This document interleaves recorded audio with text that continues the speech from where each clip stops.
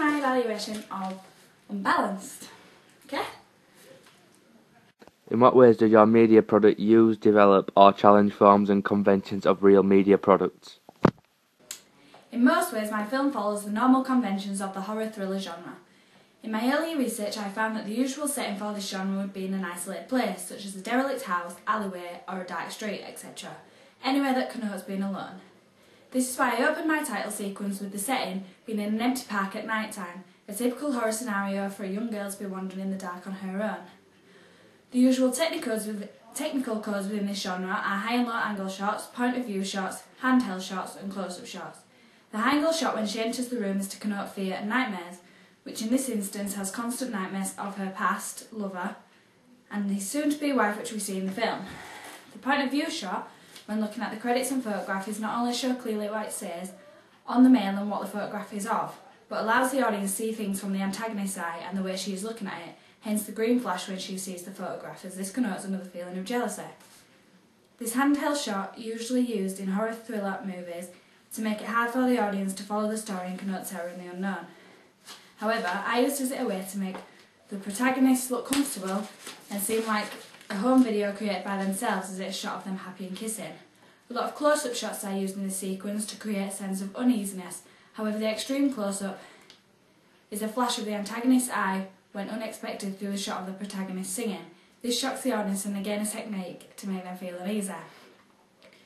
When editing my sequence, I followed the usual conventions of a horror thriller, as it is common to use fast-paced editing to create tension and suspense. My fast-paced editing shots come at the end of the sequence as a way of climaxing before the movie would start.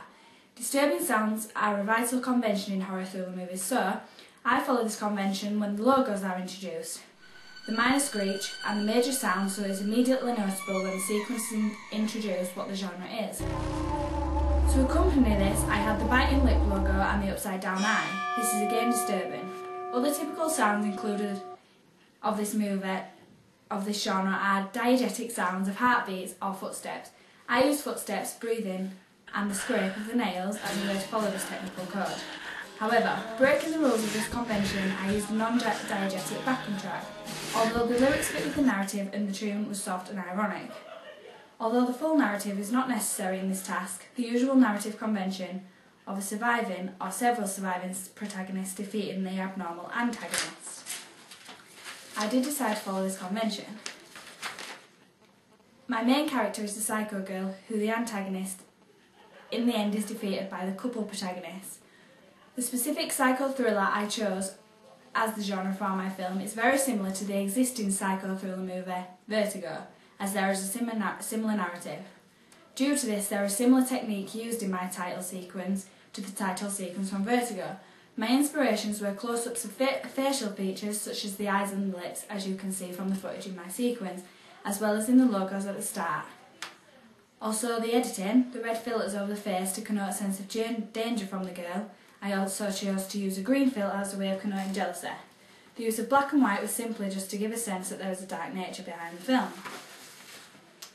How does your media product represent particular social groups? Obviously, the main character in my title sequence is the antagonist. Although the girl is portrayed as a psychopath and quite abnormal, the mise-en-scène was actually chosen very carefully, as she is introduced wearing a short white dress. She is supposed to look sexualised, white not being a symbol of purity, but just so we could scruff it up and make it look dirty. This shows her as a typical working class person, although we can tell she is only young.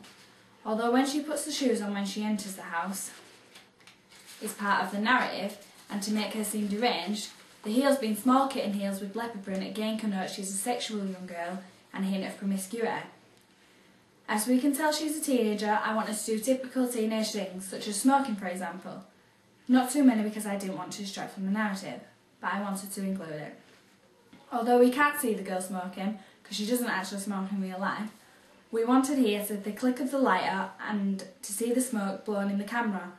And then she also docks a cig out on the picture, which suggests burning, that she wants to burn this girl's face, showing she is jealous of her, fire being another connotation of jealousy.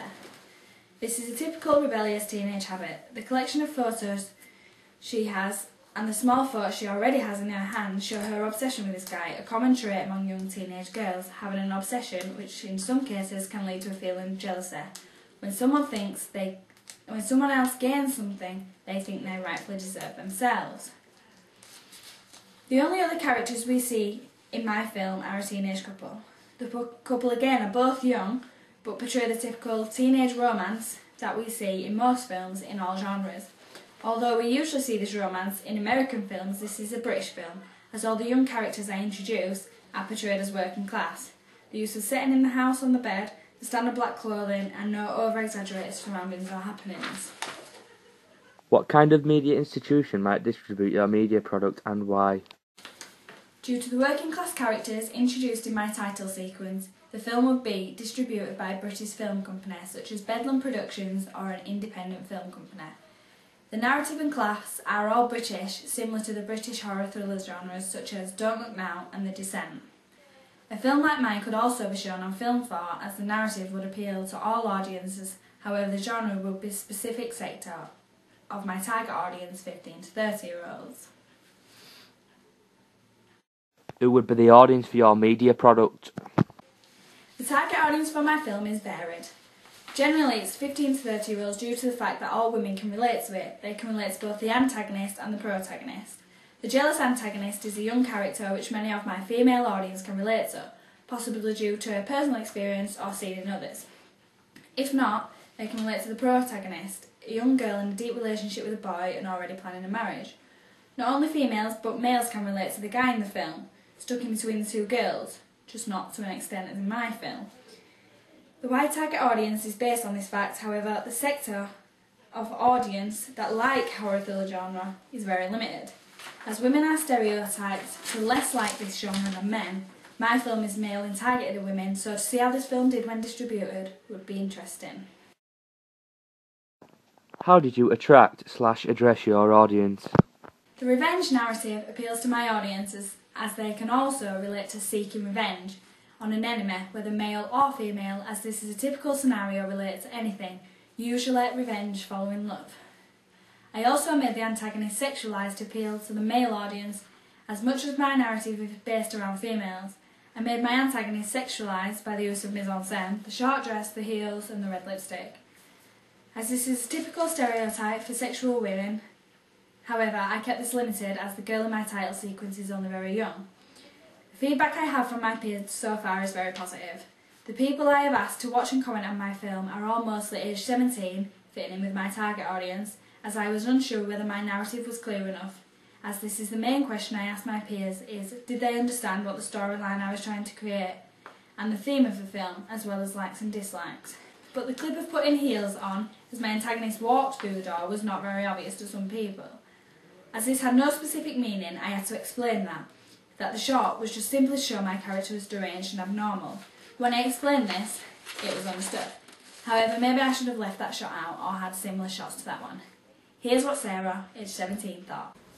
Did you understand the storyline of my media product and what did you like about it? Yeah, I thought the storyline was really easy to follow and really interesting, and that it was good for a media product to relate to a female audience as opposed to sort of a mixed audience or just a male audience. What do I like about it?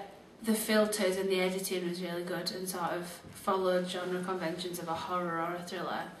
And like the separate shots of the girl and the boy contributed really well to the storyline and made it really easy to understand. Oh, thank you, Sarah.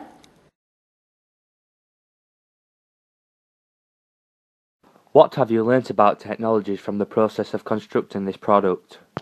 The main technology I used throughout the process of my construction was the blog. Blogger.com was a great way to record my progress as well as keeping all my research together after I kept losing my sheets of paper. Also, as I made a lot of changes throughout my time, we had to produce a film, and I kept changing my mind about what I was going to do, the blog helped me track my ideas and to keep all the previous work I had done safe, rather than just forgetting about it. I also had a habit of updating my blog all at once. However, I'd get so lost in the construction of my film, I'd leave all the updates until one step of the process was done, and then trying to remember every specific detail was hard, so I should have probably done that differently. I would keep on top of my blog every single day if I had to do it again. Unusually, a program I used in the process was Photoshop CS4, as I had to produce the logos for our original production as a group. However, I then kept the logos throughout my own production as I was impressed with them. The logo of the lips and my eyes were altered on Photoshop using many different tools and the filter gallery. I am experienced on this program, so it wasn't too tricky.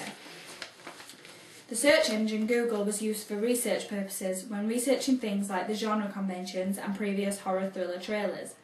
The website Art of the Title was very handy in finding trailers to analyse, such as Vertigo and Trainspotting.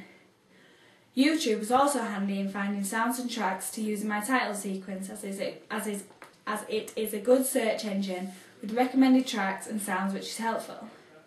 Although when I found one I had to go to the trouble of converting it to an MP3 file, which was a bit of a faff. I did this by using video to MP3. Even though we used the camera in Sony Vegas in our preliminary task, I never really got the chance to get used to the camera and the editing software.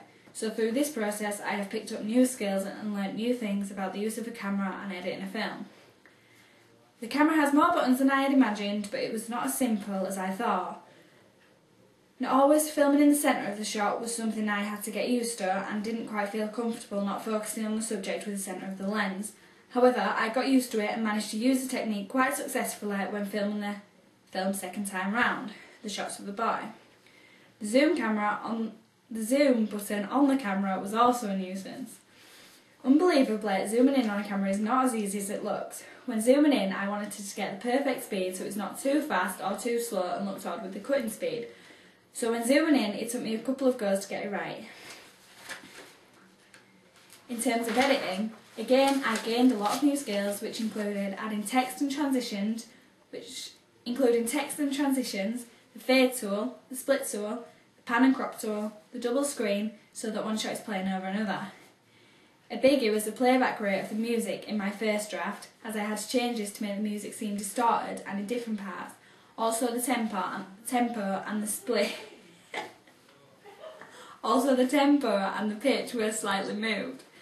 But mainly, the biggest tool used in my specific title sequence was the filter gallery. If I hadn't discovered this option, my film would have had a miles different outcome than what it does. Not one bit of my sequence didn't include a filter. Every clip I changed to black and white and played around with the brightness and contrast. This option gave my shots a better looking effect, as well as looking sharper and better quality. The use of green and red filters was a great use of mise-en-scène. Looking back at your preliminary task, what do you feel you have learnt in the progression from it to the full product? When we started working on the preliminary, we worked together as a big group. It seemed like a perfect solution to meet the strict time demands. Assigning a different role to each member of the group was a great idea to get everything done. However, what we learned on this is that the technique didn't pan out as successful as we had thought. The lack of planning and eagerness to rush into the film made it complicated and stressful for us to get just what we needed. By this I mean shooting schedule was too brief, our storyboard never got completed, and everyone wanted to use the camera. Everyone wanting to take part may seem like a good sign, however some members of the group, as always, were more dominant than others. There was one person who did most of the filming, one person who did most of the editing, and one person who made up all the decisions. This was not a good practice and build up to our coursework. What we should have done, however, is take it in turns to each do a job, e.g. filming, then decide which shots to use. Although it would have been time consuming, it would have prepared us better for what we had to do in our actual coursework.